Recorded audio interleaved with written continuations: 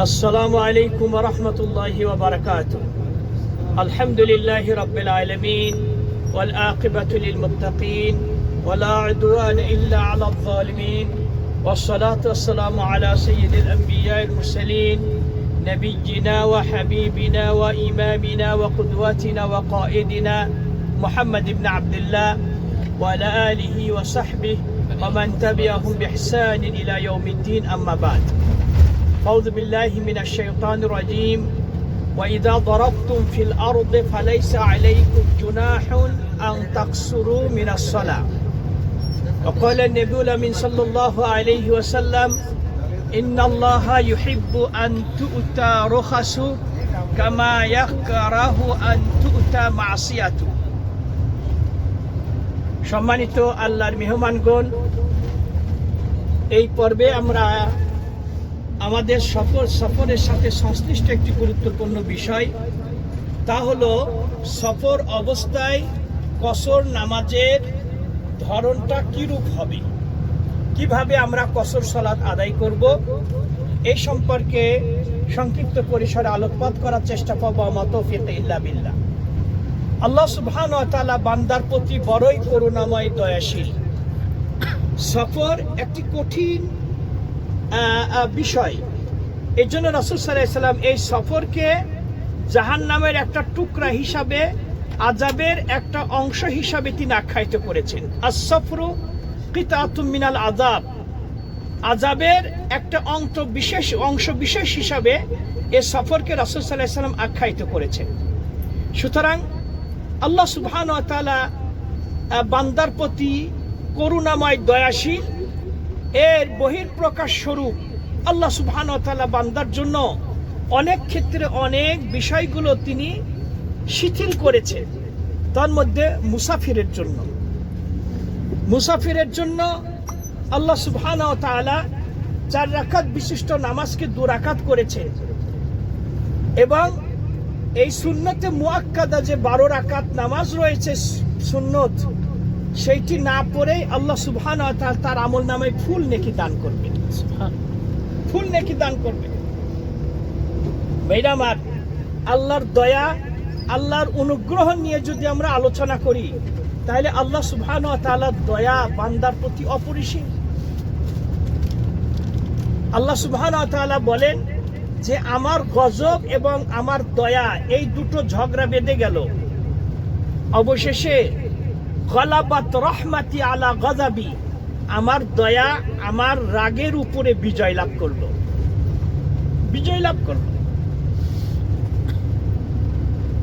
আমি বুরহান নিজের জন্য যতটা কল্যাণ চাই, আমার সৃষ্টিকর্তা আল্লাহ, যিনি আমাকে সৃষ্টি করেছেন, যিনি আমার পালনকর্তা, সেই আল্লাহ কিন্তু আমার মঙ্গল বেশি চাই।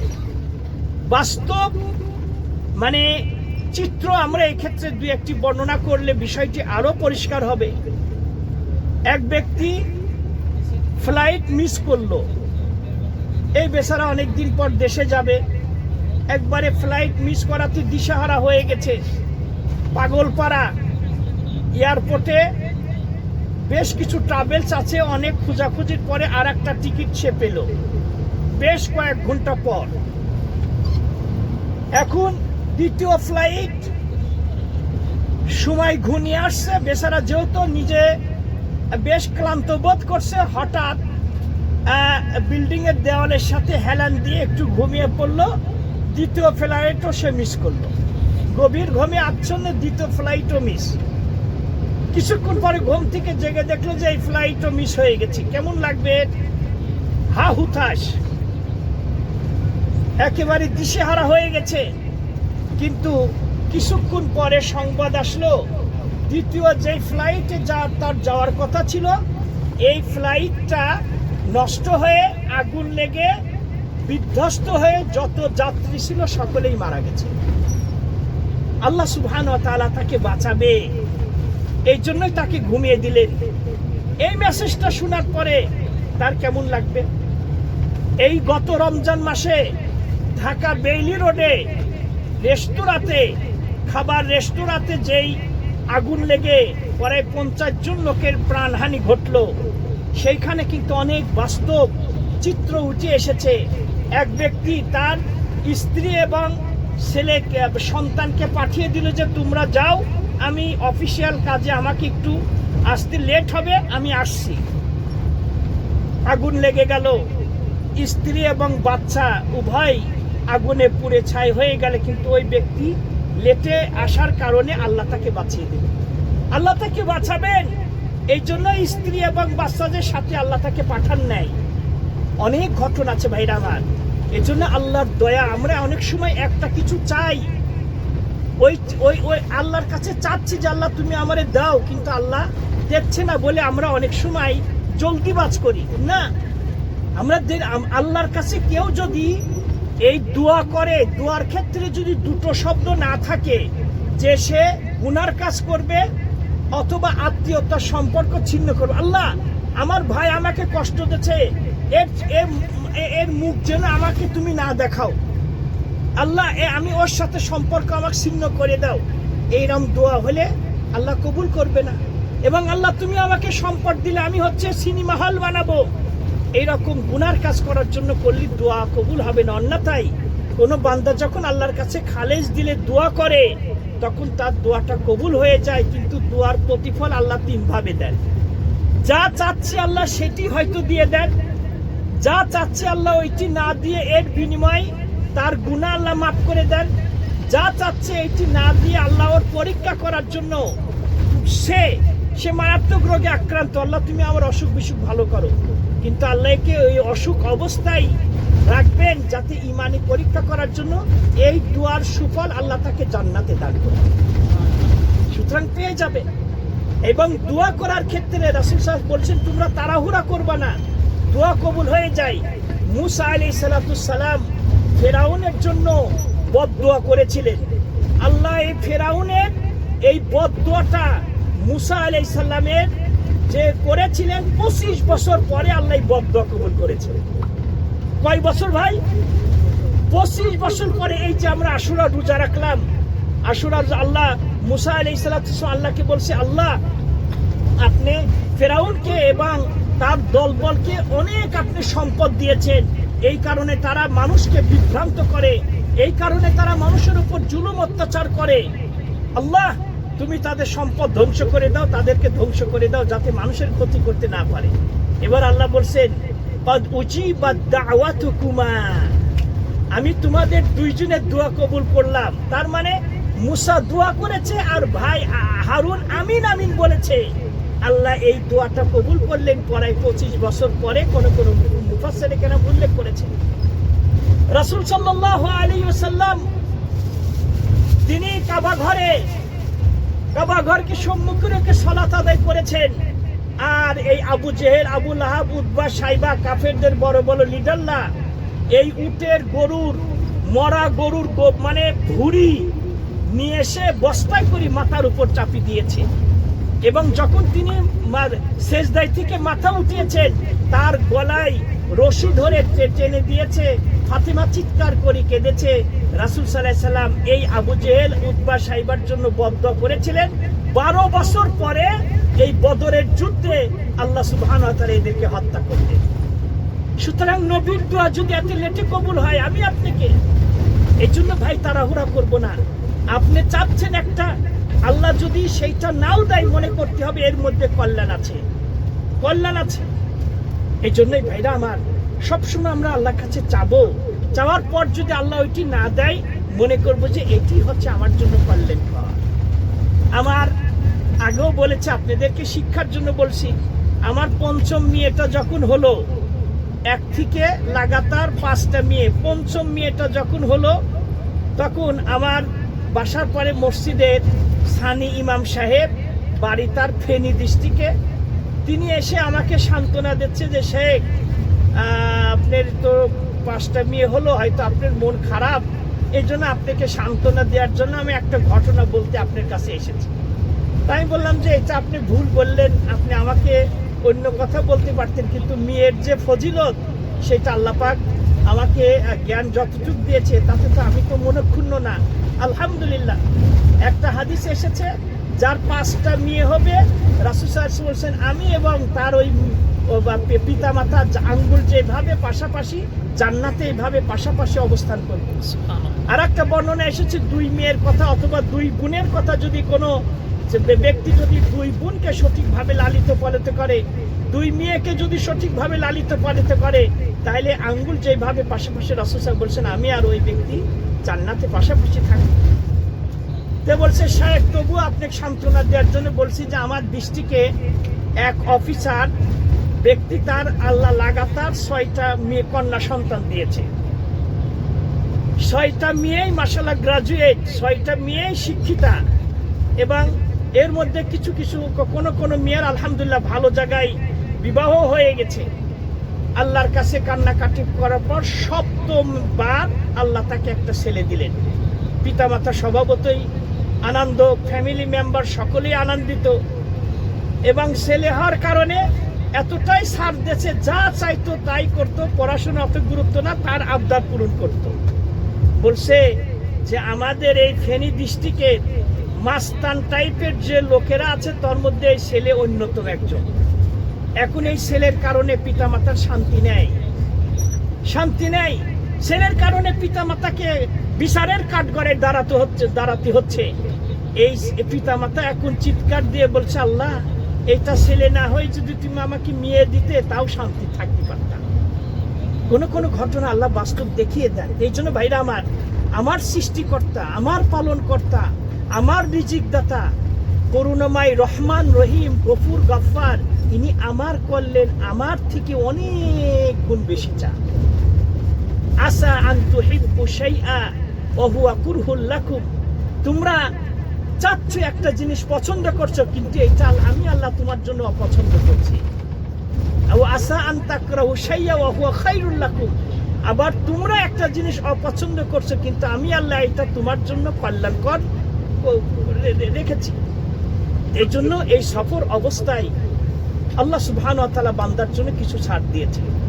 4 রাকাত আল্লাহ রাব্বুল আলামিন বলেন ওয়াইজা দারাবতুম ফিল আরদি ফালাইসা আলাইকুম জুনাহুন আন তাকসুরু মিনাস সালাহ, যখন তোমরা জমিনে ভ্রমণ করবা তখন নামাজ কসর করাতে কোনো দোষণীয় নয়। রাসূল সাল্লাল্লাহু আলাইহি ওয়াসাল্লাম বলেন ইন্নাল্লাহা ইউহিব্বু আন তুতা রুখাসুহু, আল্লাহ সুবহানাহু ওয়া তাআলা এটা পছন্দ করেন যে বিষয়গুলোতে তোমাদের রুখসত দিয়েছেন, অনুমতি প্রদান করেছেন, সেই রুখসত আল্লাহর পক্ষ থেকে গ্রহণ করাটা এটি হচ্ছে আল্লাহ পছন্দ করেন। সুতরাং এই মুসাফির অবস্থায় 4 রাকাত বিশিষ্ট নামাজ 2 রাকাত পড়াটা অনেক আলেমের মতে ওয়াজিব। এটা আল্লাহ দিয়েছেন, আল্লাহর পক্ষ থেকে একটা গিফট আমরা পেয়েছি, সুতরাং কেন গ্রহণ করব না?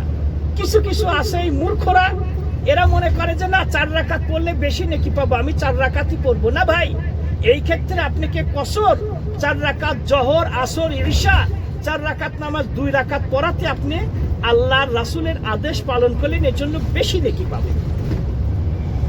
আমাগো কিছু মূর্খরা আছে, এরা অন্যর বাড়িতে ইফতারি করে না, বলছে সারাদিন রোজা রেখে আমার নেকি হে মিয়াকে দিয়ে দেব না, ওর বাড়িতে ইফতারি করবো না। আচ্ছা, কিছু আল্লাহওয়ালা এই যারা নবিয়ানা কাজ করে একদল আছে, নিজেদেরকে দাবি করে যে আমরা নবিয়ানা কাজ করি, মানুষকে আল্লাহর পথে দাওয়াত দেয়। এরা এই মানে এক রিপোর্ট আসলো যে অন্যের বাড়িতে ইফতারি করে না, কেউ কেউ মূর্খ। কেন? বলছে সারাদিন রোজা রেখে আমার নেকি হেরে দেব না। অথচ রাসূল সাল্লাল্লাহু আলাইহি ওয়াসাল্লাম বলেছেন যে মান ফাত্তারা সাইমা ফালাহু আজরু সাইম লা ইয়ানকুসু মিন আজরি সাইম শাই, যে ব্যক্তি রোজাদারকে ইফতারি করাবে সারাদিন রোজা রেখে যে নেকি পাবে, ওই ইফতারি করানোর দরুনে অনুরূপ নেকি পাবে। এই ক্ষেত্রে রোজাদার মনে করতে পারে যে আমার নেকির কমতি হলো। রাসূল সাল্লাল্লাহু আলাইহি ওয়াসাল্লাম বলেছেন যে রোজাদারের নেকির কোনো রকম কমতি হবে না। এই জন্য সাধারণ গরিব লোকও যদি ধনী লোককে যদি ইফতারির দাওয়াত দেয়, উচিত তার যাওয়া, তার আমার ওই দিনী ভাইকে নেকির ক্ষেত্রে আমি সহযোগিতা করব। সে যা ইফতারি করা, কারণ আমার নেকির কোনো কমতি হবে না। সুতরাং যেইখানে আল্লাহ যেটা অনুমতি দিয়েছেন সেইটা গ্রহণ করাটাই নেকি। তাহলে আমাদের সফর অবস্থায় নামাজ পড়ার পদ্ধতি এবং কখন আমাকে মুসাফির হিসাবে গণ্য করা হবে, এই ব্যাপারে অধিকাংশ উলামায়ে কেরাম বলেছেন যে ধরা বাঁধা কোনো নির্দিষ্ট নিয়ম নাই যে আপনি এত দূর গেলেই মুসাফির। সাধারণ অন্তে ব্যক্তি তাকে মুসাফির হিসাবে যদি গণ্য করে, সেইখানে পৌঁছালেই সে মুসাফির হলো, এই একটা কথা এসেছে। আবার কেউ কেউ এটা একটা পরিমাণ তারা নির্ধারণ করেছে যে 83 কিলোমিটার বা তার দূরে যদি আপনি ভ্রমণ করেন তাহলে আপনাকে মুসাফির হিসাবে গণ্য করা হবে। তাহলে আপনি যখন এই দূরের পথে অতিক্রম করবেন, বাসায় থেকে বের হওয়ার পরে আপনি মুসাফির, অর্থাৎ বের হওয়ার পরে 5 মিনিট পরে জোহরের আজান দিল, তখন থেকে আপনি কসর করতে পারবেন। তখন থেকে আপনি কি ওই 84 বা 83 মাইল দূরে যা পৌঁছার পরে কসর করবেন না, বাসায় থেকে পৌঁছার পরের থেকেই আপনি মুসাফির, সেখান থেকে আপনি কসর করার অনুমতি আছে। আমরা এই 4 রাকাত বিশিষ্ট নামাজ 2 রাকাত পড়ব। এখন পড়ার পদ্ধতি হচ্ছে এসে আমরা এই যে এখন মসজিদে ঢুকব, মসজিদে ঢুকে এখন ওরা আসর পড়ছে কি জোহর পড়ছে আমার জানা নাই। এদিকে আমাকে মানে আমি যে বাসে এসেছি দায়িত্বশীল আমাকে একটা টাইম ফিক্সড করে দিয়েছে যে এত মিনিটের মধ্যেই তুমি নামাজ পড়ে চলে আসবা। সুতরাং এই ক্ষেত্রে আমি মসজিদে ঢুকে তারা জোহর পড়ছে কি আসর পড়ছে আমার দেখার কোনো প্রয়োজন নাই। আমি আমার সিরিয়ালটা ঠিক রাখবো, অর্থাৎ আমি প্রথমে জোহর পড়বো, এরপর আসর পড়বো। সে ওনারা আসর পড়ছে, মনে করুন আমি মসজিদে ঢুকলাম, কিন্তু আসর পড়ুক আর জোহর পড়ুক ওইটা আমার না দেখে জিজ্ঞাসা না করে আমি জোহর পড়ব, এই নিয়তে আসর পড়নেওয়ালা ইমামের পিছনে আমি ইক্তেদা শুরু করব। ইক্তেদা শুরু করে আমি নামাজে দাঁড়িয়ে দেবো তাকবীর তাহরিমা বেঁধে।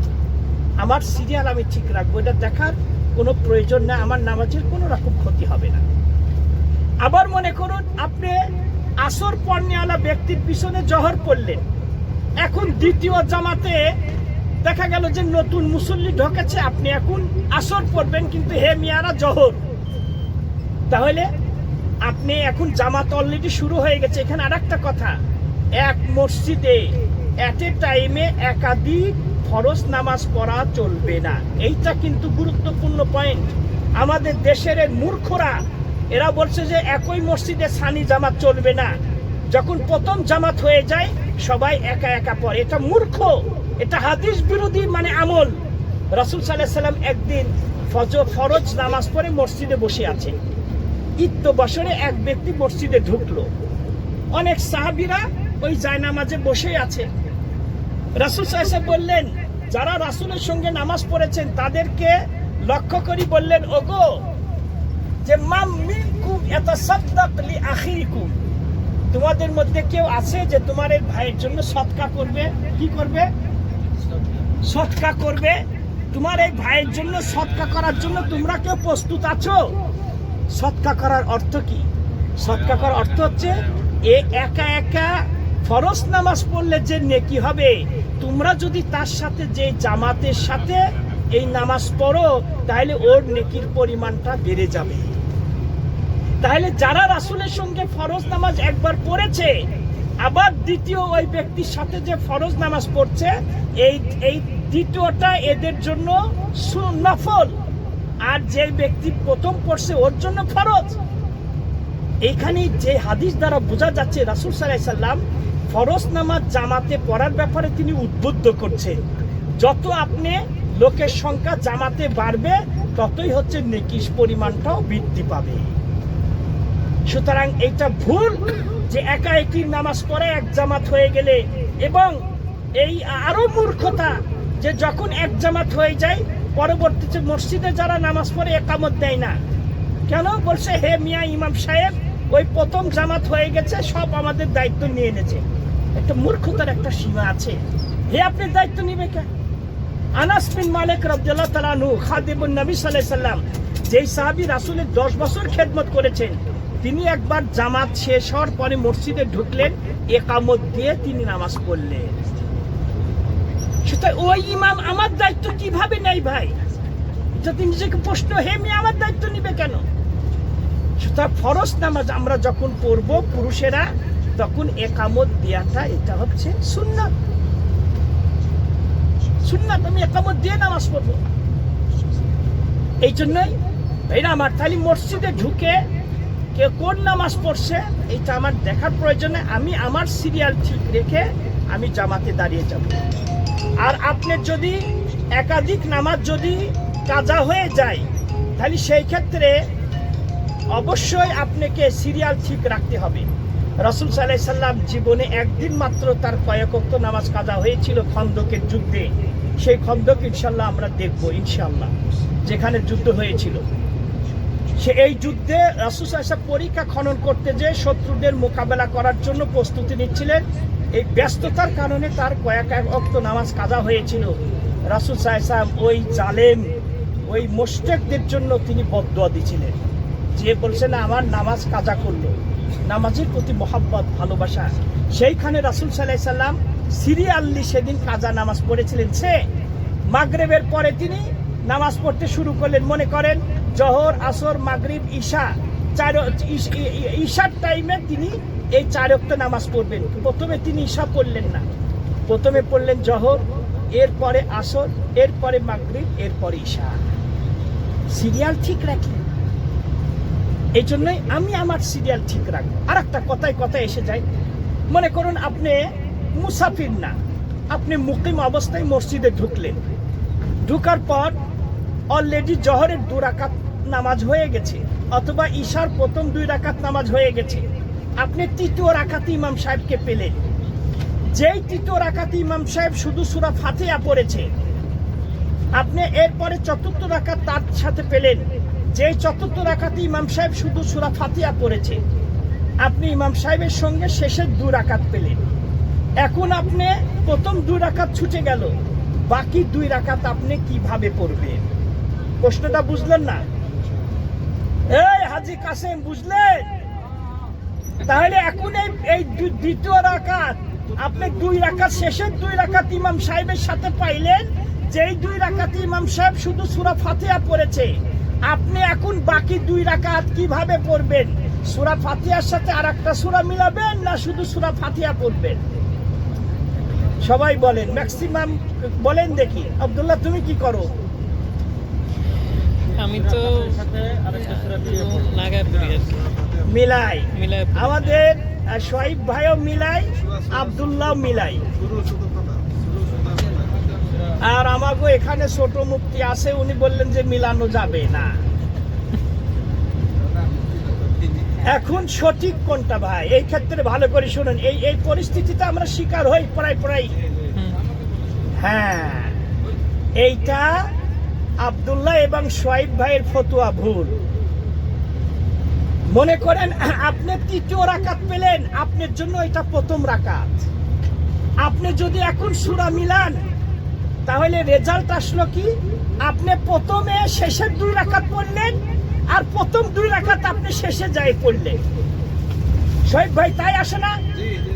যদি আপনি সূরা মিলান তাহলে রেজাল্ট আসলো যে আপনি প্রথমে 2 রাকাত, আপনি শেষের 2 রাকাত প্রথমে পড়লেন, আবার এই প্রথম 2 রাকাত আপনি যাই শেষে পড়তেছেন। উল্টা পাল্টা মনে হচ্ছে না? এইটা ভুল। এটা হানাফি মাযহাবে এই ফতোয়া আছে। কারণ রাসূল সাল্লাল্লাহু আলাইহি ওয়াসাল্লাম 2টা কথা বলেছেন যে যখন আজান হয়ে যাবে, ইজা সামি'তুমুল আযান ফাআতুল মসজিদ, তোমরা মসজিদে আসো। আও আলাইকুম বিস-সাকিনা ওয়াল আকার, দৌড়াই আসবা না। লা তাসআউনা ইলাল মসজিদ, মসজিদে তোমরা একবার দৌড়াই হাঁপাইতে আসবা না। ধীর স্থির ভাবে তোমরা মসজিদে আসো।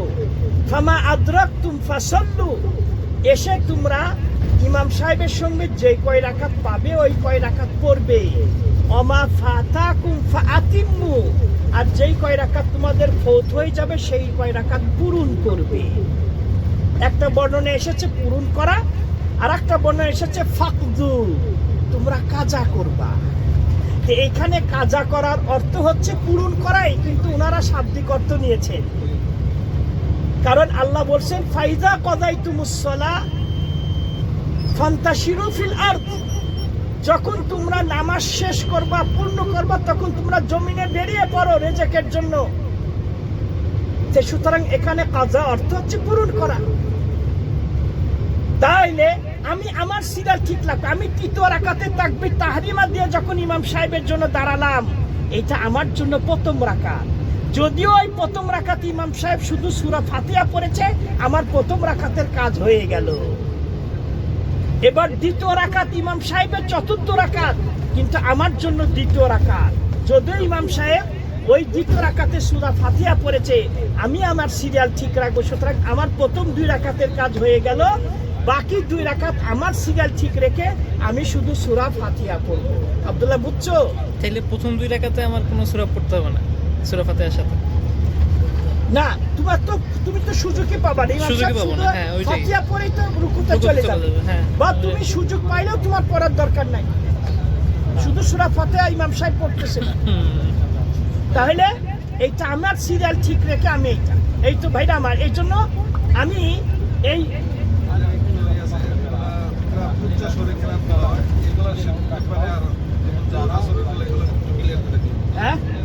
যে জোহর এবং আসর নামাজে তো কেরাত শোনা যায় না, সেররি চুপে চুপে ইমাম সাহেব কেরাত পড়ে, তাই না?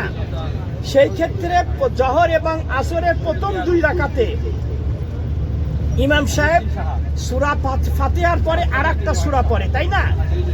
আমি যদি প্রথমে ইমাম সাহেবের সঙ্গে পাই, তাহলে তো আমাকে মুক্তাদি হিসাবে তো সূরা ফাতিহা পড়তে হবে, কারণ না সালাতা লিমান লাম ইয়াকরা বিফাতিহাতিল কিতাব, যে ব্যক্তি সূরা ফাতিহা পড়লো না তার নামাজ হলো না। এই ব্যাপারেও হানাফি মাযহাব বলছে সেররি জেহরি কোনো নামাজে মুক্তাদি সূরা ফাতিহা পড়তে পারবে না। এটা ভুল মাসআলা, এটা হচ্ছে মারজু। এই মাযহাবটা এই ক্ষেত্রে মানে দুর্বল, বরং শক্তিশালী হচ্ছে মুক্তাদিকেও সূরা ফাতিহা পড়তে হবে। দলিল মুসলিম শরীফের হাদিসে কুদসিতে আল্লাহ বলছেন, ইযা কসসামতুস সালাতা বাইনি ওয়া বাইনা আবদি নিসফাইন। আল্লাহ বলছেন যে সূরা ফাতিহাকে আমি এবং বান্দার মধ্যে 50-50 করেছি। ফাইদা ক্বালাল আবদু আলহামদুলিল্লাহি রাব্বিল আলামিন ফাহামিদানি আবদি। সোয়াল মুক্তাদিকে পড়তে হবে, তার দলিল আল্লাহ বলছেন যে আমি সূরা ফাতিহাকে আমার এবং বান্দার মধ্যে 50-50 করেছি। সূরা ফাতিহাতে 7টা আয়াত আছে, 3.5টা আয়াত হচ্ছে আল্লাহর প্রশংসা করা হয়েছে, আর 3.5টা আয়াত এটা বান্দা আল্লাহর কাছে চাচ্ছে। এই জন্য আল্লাহ বলছেন, বান্দা যখন আলহামদুলিল্লাহি রাব্বিল আলামিন বলে, বান্দা আমার প্রশংসা করলো, হামিদানি আবদি, বান্দা আমার প্রশংসা করলো। ওয়াইদা ক্বালাল আবদু আর রহমানির রহিম, বান্দা যখন আর রহমান আর রহিম বলে, আসনা আলাইয়া আবদি, বান্দা আমার গুণ কীর্তন গাইলো। ওয়াইদা ক্বালাল আবদু মালিক ইয়াউমিদ্দিন, বান্দা যখন মালিক ইয়াউমিদ্দিন বলে, যে বিচার দিবসের মালিক একমাত্র আল্লাহ, তখন আল্লাহ বলে মাজ্জাদানি আবদি, আল্লাহ বান্দা আমার বরত্ব বর্ণনা করলো। কারণ কিয়ামতের দিন মালিক একমাত্র আল্লাহ, দুনিয়ার রাজা বাদশাহ, সেদিন কোনো দাপট থাকবে না। আল্লাহ 7 আসমানকে 1 আঙ্গুলের মধ্যে রাখবেন, 7 জমিনকে 1 আঙ্গুলের মধ্যে রাখবেন, এবং যত পাহাড় পর্বত আছে 1 আঙ্গুলের মধ্যে রাখবেন, সাগর মহাসাগরকে 1 আঙ্গুলের মধ্যে রাখবেন, এবং এর মধ্যে যা কিছু আছে সমস্ত সৃষ্টি বস্তুকে 1 আঙ্গুলের মধ্যে, এইভাবে মুষ্টির মধ্যে আল্লাহ করে কিয়ামতের দিন বলবেন, আইনাল জব্বারুন আইনাল মুতাকাব্বিরুন। আজকে দুনিয়াতে যে সমস্ত জালেম শাসকরা নিরীহ মানুষের উপর অত্যাচার করেছে, তাদেরকে হত্যা করেছে, নিজের এই মানে চেয়ার বাঁচানোর জন্য, ক্ষমতায় টিকে থাকার জন্য একেবারে পশুর মতন মানুষকে হত্যা করেছে, এই দাপট খাটিয়ে। আজকে সেই সমস্ত জালেম শাসকরা দুনিয়াতে যারা বাহাদুরি করত, তাদের শক্তি আজকে কোথায় গেল? মালিক ইয়াউমিদ্দিন, আজকের দিনের মালিক একমাত্র আমি আল্লাহ। গেল 3 আয়াত শুধু আল্লাহর জন্য, ইয়্যাকা না'বুদু ওয়া ইয়্যাকা নাস্তাঈন। ইয়্যাকা না'বুদু, হে আল্লাহ আমরা একমাত্র আপনারই ইবাদত করি। আল্লাহ বলছেন এইটা ইয়্যাকা না'বুদু ওয়া ইয়্যাকা নাস্তাঈন, হাযা বাইনি ওয়া বাইনা আবদি নিসফাইন, এটা আমার এবং বান্দার মধ্যে 50-50 অর্ধেক। ইয়্যাকা না'বুদু এটি আল্লাহর, ওয়া ইয়্যাকা নাস্তাঈন, এবং বান্দার ফাংশন শুরু হয়ে গেল, আল্লাহ আমরা আপনার কাছে সাহায্য চাচ্ছি। কি চাচ্ছি সাহায্য? ইহদিনাস সিরাতাল মুস্তাকিম, হে আল্লাহ আপনি আমাদেরকে সরল সঠিক পথ দেখান। সরল সঠিক পথের উপর কারা ছিল? সিরাতাল্লাযিনা আনআমতা আলাইহিম, সরল সঠিক পথ ওইটাই যার উপরে আপনার ওই সমস্ত বান্দারা ছিলেন যাদের উপর আপনার খাস নিয়ামত নাজিল করেছে। তারা কারা? এরা হচ্ছে আপনার সূরা এই সিরাতাল্লাযিনা আনআমতা আলাইহিমের ব্যাখ্যা আপনি সূরা নিসার সূরা নিসার 59 নম্বর আয়াত পড়েন, 69 নম্বর আয়াত পড়েন। ওমাই ইউতিইল্লাহা ওয়ার রাসূল ফাউলাইকা মাআল্লাযিনা আনআমাল্লাহু আলাইহিম মিনান নাবিয়্যিন ওয়াস সিদ্দিকিন ওয়াশ শুহাদা ওয়াস সালিহিন ওয়া হাসুনা উলাইকা রাফিকা। এরা হচ্ছে সিরাতাল্লাযিনা আনআমতা আলাইহিম, নবী, সিদ্দিক, শহীদ এবং নেককার বান্দা। হে আল্লাহ এরা যে পথের উপর ছিল আমাকে সেই পথ দেখা। এগুলো এখন বান্দার ফাংশন শুরু হয়েছে। গায়রুল মাগদুবি আলাইহিম ওয়ালাদ-দাল্লিন, যাদের উপর আপনি গজব নাজিল করেছেন এই পথ দেখাবেন না, এবং যাদের উপরে যারা পথভ্রষ্ট এই পথ আমাদেরকে দেখাবেন না। গায়রুল মাগদুবি অর্থ হচ্ছে ইহুদি, আর ওয়ালাদ-দাল্লিন অর্থ হচ্ছে খ্রিস্টান। আচ্ছা ভাইরা আমার, এইখানে বান্দা যখন বলে তখনই তো আল্লাহ বলে বান্দা আমার প্রশংসা করলো। তাহলে ইমাম সাহেব বললো, আপনি চুপ থাকলেন। ইমাম সাহেব এই ফজিলত লাভ করলো, আপনি কি পাইলেন? হেমে আপনি দায়িত্ব নিব কে? এ কি দায় হয়েছে? হেমে আপনি দায়িত্ব নিব কে? বলছে যে আনা ইমামুন লিমান হাদারা ওয়া মান ইয়াহদুর, আমি দায়িত্ব নিলাম যারা উপস্থিত হয়েছে মুক্তাদি এবং যারা হবে। কে? খালি আপনি সূরা ফাতিহার দায়িত্ব নিলেন, আত্তাহিয়াতুর দায়িত্ব নেন, দরুদ শরীফের দায়িত্ব নেন, সুবহানাল্লাহিল আযীম আলার এগুলোর দায়িত্ব নেন, শুধু সূরা ফাতিহার দায়িত্ব নেবেন কে? সব দায়িত্ব নিয়ে নেন, হেমিয়া শুধু খালি দাঁড়িয়ে থাকবে। সহি কথা হচ্ছে মুক্তাদিকেও সূরা ফাতিহা পড়তে হবে, সূরা ফাতিহা মুক্তাদিকেও পড়তে হবে। এই ক্ষেত্রে আমাদের সহি হাই একটু সাক্ষর হাই কোন ভাই, সূরা ফাতিহা মুক্তাদিকে পড়তে হবে। পৃথিবীর কোন আলেম বলেন নাই যে ইমামের পিছনে সূরা ফাতিহা, মুক্তাদি যদি সূরা ফাতিহা পড়ে তার নামাজ বাতিল, এইটা কিন্তু কেউ বলেন নাই। বরং যদি মুক্তাদি ইমামের পিছনে সূরা ফাতিহা না পড়ে তার নামাজটা বাতিল হওয়ার সম্ভাবনা রয়েছে মর্মে অনেক আলেম ফতোয়া দিয়েছে। সুতরাং সব নামাজে সেররি জেহরি সব নামাজে এজ এ মুক্তাদি হিসাবে আমি সূরা ফাতিহা পড়বো। ঠিক আছে ভাইরা? আচ্ছা গেল একটা মাসালা। এখন তাহলে আমরা জানলাম যে আমি মসজিদে ঢুকে সফর অবস্থায় এরা কোন নামাজ পড়ছে এটা আমি না দেখে আমি আমার সিরিয়াল ঠিক রেখে আমি আমার বাকি নামাজ পূরণ করব। এখন প্রশ্ন, মাগরে এই ক্ষেত্রে আপনি জোহরের ভাই বোনেরা, আমরা সফর অবস্থায় কসর সালাতের বর্ণনা করছিলাম। বলতেছিলাম মুসাফিরের জন্য জামউ তাকদিম ও জামউ তাখির দুটোই জায়েজ আছে। জামউ তাকদিম বলা হয় যেমন জোহরের সঙ্গে অগ্রিম মাগরিবটা পড়ে নেওয়া, তদ্রূপ জোহরের সঙ্গে আসরটা পড়ে নেওয়া, তদ্রূপ মাগরিবের সঙ্গে ইশাটাও অগ্রিম পড়ে নেওয়া, এটিকে বলা হয় জামউ তাকদিম। আর জামউ তাখির বলা হয় আসরের টাইমে জোহরটা লেট করে প্রথম জোহর এবং পরে আসরটা পড়ে নেওয়া। তাখির মানে লেটে। তদ্রূপ মাগরিবের টাইমে মাগরিব না পড়ে ইশার টাইমে প্রথমে মাগরিব এবং ইশাটা পড়ে নেওয়া, এটাকে বলা হয় জামউ তাখির। অর্থাৎ মাগরিবের টাইম অতিবাহিত হওয়ার পরে ইশার টাইমের সময় পড়ে নেওয়া, উভয়টি জায়েজ আছে। এবং এই ক্ষেত্রে নামাজ আমি কাজা করলাম বলে গণ্য হবে না।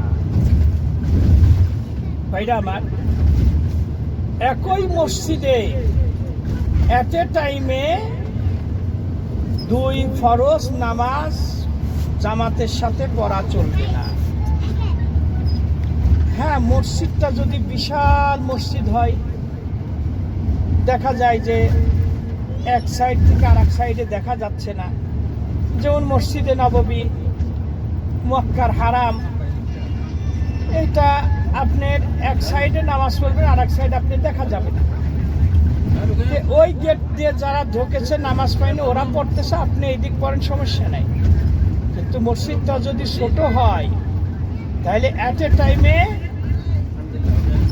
একাধিক ফরজ জামাত মসজিদে পড়া চলবে না। যখন এই জামাতটা শেষ হবে তখন আপনি পড়বেন। এইখানে আমরা সৌদি আরবে দেখি যে ইমাম সাহেব যখন শেষ বৈঠকে বসে থাকে, তখন কেউ কেউ দাঁড়িয়ে থাকে, বা দ্বিতীয় জামাত হচ্ছে সালাম ফিরা ফিরা ভাব, তখন তারা দাঁড়িয়ে থাকে, কিন্তু একামত দেয় না যতক্ষণে ইমাম সাহেব সালাম না ফেলে। তাহলে এট এ টাইমে একই মসজিদে একাধিক ফরজ নামাজ জামাতের সাথে আদায় করা যাবে না।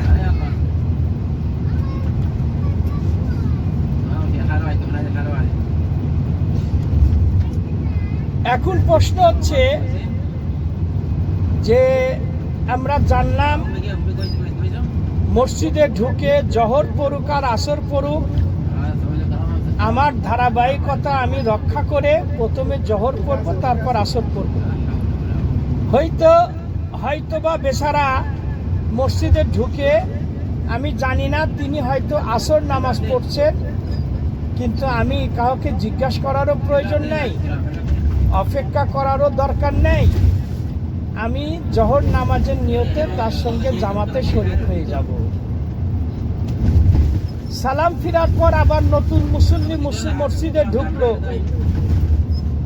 এখন ওরা জহর পড়বে, এখন আমার আসর পড়ার প্রয়োজন। আমি কি ওই জামাত শেষ হওয়ার পরে তারা যে আসর পড়বে এই পর্যন্ত অপেক্ষা করব, না ওরা জহর পড়ছে ওর সঙ্গে আমি আসরের নিয়তে দাঁড়িয়ে যাব?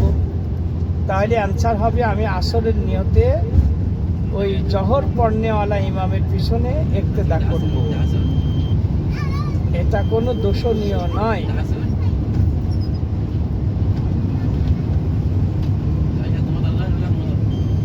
এখন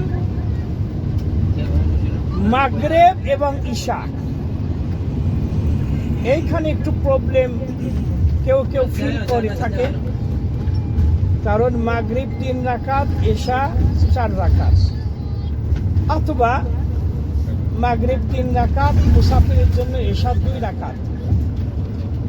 এইটা কিভাবে আমি সফর অবস্থায় আদায় করব? আমি সূর্য ডুবার পর মসজিদে ঢুকলাম, ঢুকে দেখছি যে জামাত শুরু হয়ে গেছে। আমি জানি না যে এশা পড়ছে কি মাগরিব পড়ছে। ঠিক জহর আসরের ন্যায় আমি অপেক্ষা না করে মসজিদে ঢুকে আমি এশার নামাজের নিয়তে দাঁড়িয়ে যাব। মাগরিব,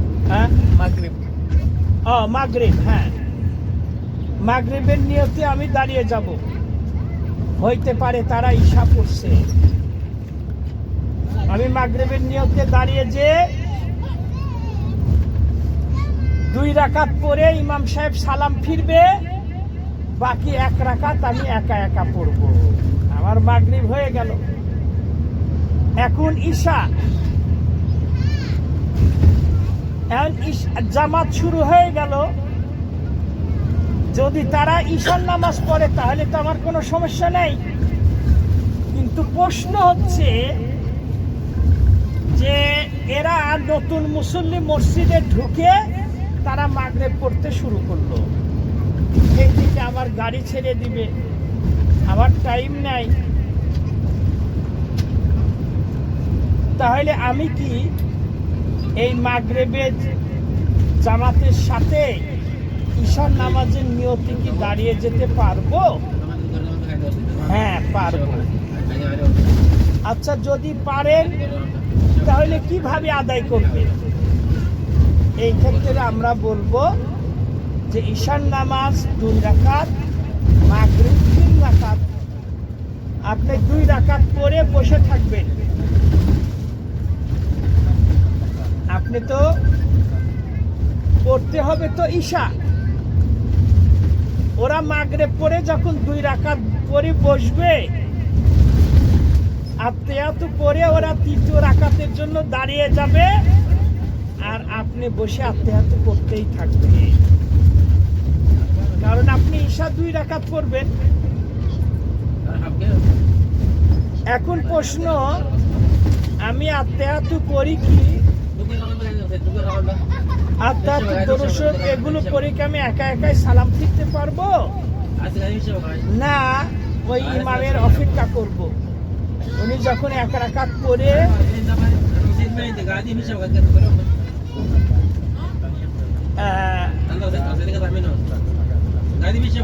তখন ইমাম সাহেব 1 রাকাত জন্য দাঁড়িয়ে যাবে 3য় রাকাত।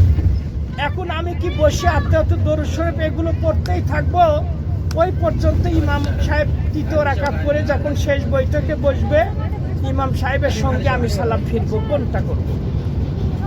বুঝতে পারছো আব্দুল্লাহ? জি। মাগরিব, তুমি মাগরিবে ইমামের পিছনে ঈশা পড়ছো, তাহলে মাগরিব 2 রাকাত 3 রাকাত, তুমি 2 রাকাত পরে বসে পড়লে ইমাম সাহেব 3য় রাকাতের জন্য দাঁড়ালো। এখন তোমার সামনে 2টো বিষয়ই অপশন আছে, 2টা তরিকাই অপশন আছে। নাম্বার 1, তুমি ইচ্ছা করলে আত্তেয়াতু দরুদ শরীফ, দোয়া মাসুরা এগুলো পড়তেই থাকবা। পড়তে পড়তে ইমাম সাহেব যখন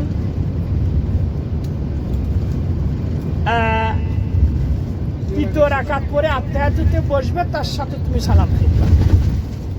এই একটা নিয়ম। আর একটা নিয়ম হচ্ছে এই যে তুমি একা একা আত্তেয়াতু দরুদ শরীফ, দোয়া মাসুরা পড়ে ইমাম সাহেবের অপেক্ষা না করে তুমি সালাম ফিরতে পারবে। আর একটা অপশন, যে মাগরিবের 1 রাকাত হয়ে গেছে,